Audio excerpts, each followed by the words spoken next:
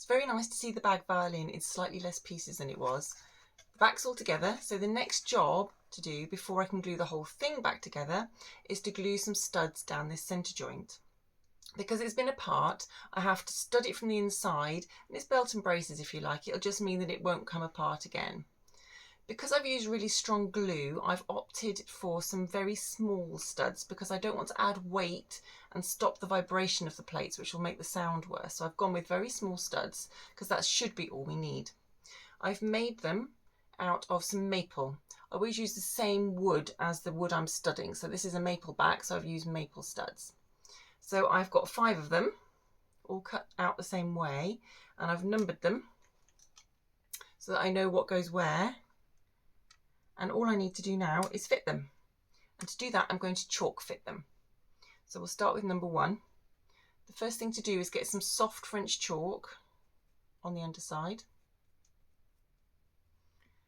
And then put it in position. Press down very gently. And then you'll get a mark on the plate where it fits. And there's not much of it fitting at the moment. So I just need to take my file and file off all the bits that don't fit. And then when that's done, I can work on the others.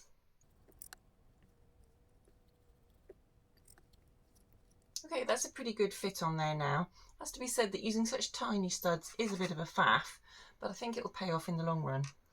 So now that's stud number 1 done, I will go ahead and fit all the others, and then I'll be able to glue them on. So let's get gluing. I've got all my clamps lined up, all ready to go. I've got cork underneath to protect the surface of the varnish. So now all I've got to do is get all these studs straight and lined up really well, which isn't easy when the glue keeps slipping around. So I'll just take as much time as I can.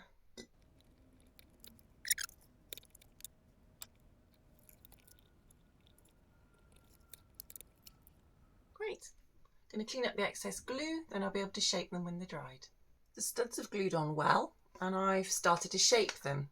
So I've shaped the bottom ones, and I've just left the top one. That's the last one to do.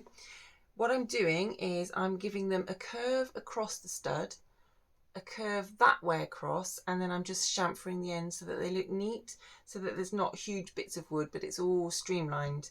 So there's one more to do, just that one to cut now.